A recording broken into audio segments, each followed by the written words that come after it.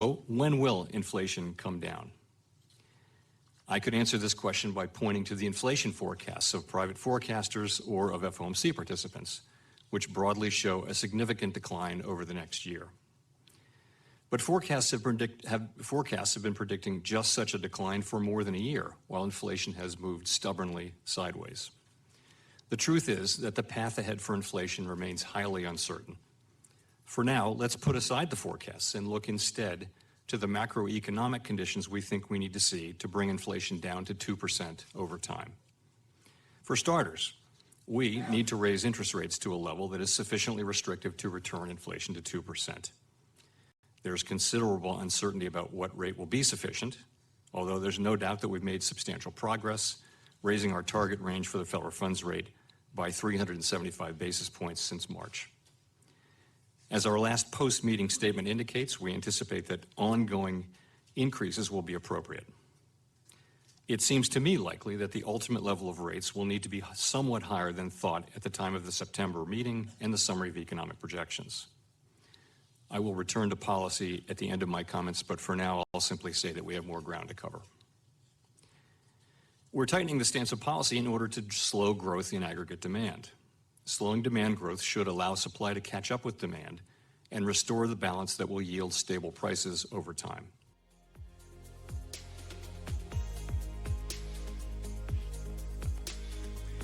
Well, hello and welcome.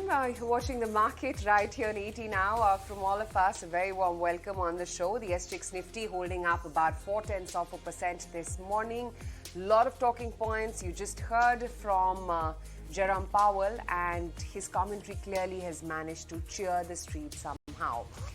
And I guess, when it comes to the markets now, Nikunj, while we had got into a bit of a pause mode, and I'm negating what we did in the last hour yesterday, it's the commentary which is going to set back us on the track.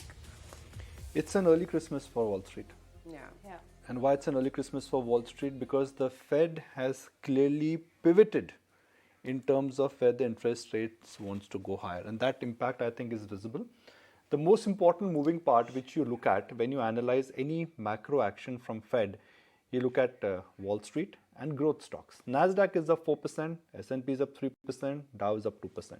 The 10-year paper, the US 10-year paper, it was north of 4% in middle of this year.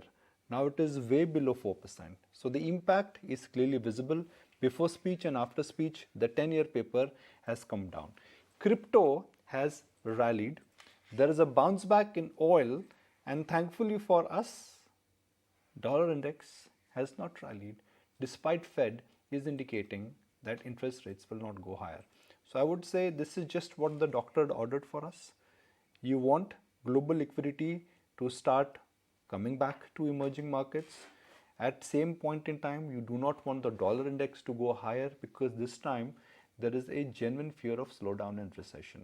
Global markets were looking for a trigger point. I think the trigger point has arrived, and that in a sense is making the bulls coming back from their hibernation. So it will be a strong market. It will be a strong morning for global markets. Let's see how much can we really build on that, given that we partied and we rallied and we appreciated in the last 60 minutes of trades very smartly yesterday. Yeah, and the markets were waiting with bated breath for any sort of a signal on slowing down on the rate cycle by Jerome Powell, and that's exactly what was delivered yesterday. So the market's clearly taking comfort in that. You saw the US markets rally very smartly overnight. The Dow Jones, for instance, spiked a solid 2%. The S&P 500 and the NASDAQ, led by all of those tech stocks, powered through. And you also have the Asian markets this morning looking very healthy. In fact, yesterday for our own markets, where we wrapped up the day, well, it was a record closing high for the frontline index, 18,758, and you had the broader markets as well participate in the trading session. In fact, you had support from the likes of M&M, Hindalco, Bajaj Auto in yesterday's trade. And Nikunj, that last hour rally is what we witnessed for the markets, with the heavyweights like Reliance Industries and the HDFC Twins really contributing quite smartly. Even the kind of fund flows that we've seen, as the FIIs have poured in money, DIIs, though it's a big net sell. Specifically, you have to pay attention to the last 1 hour of trade, last 60 minutes. And last 60 minutes, in a sense, were important from a market trend standpoint, because markets benchmark indices gained, the market breadth improved, auto stocks really went through the roof. There was an MSCI inclusion which was at play, and flows which came because of that MSCI rejig had a very large role to play. But typically when you go home with this kind of a close, and when Nifty closes at a new high on solid volumes backed by liquidity, and then you got global strength to greet it, well, guess what? You're likely to build on the strength. I think for me, what really stands out about yesterday's market action is that the market breadth is now opening up very, very nicely.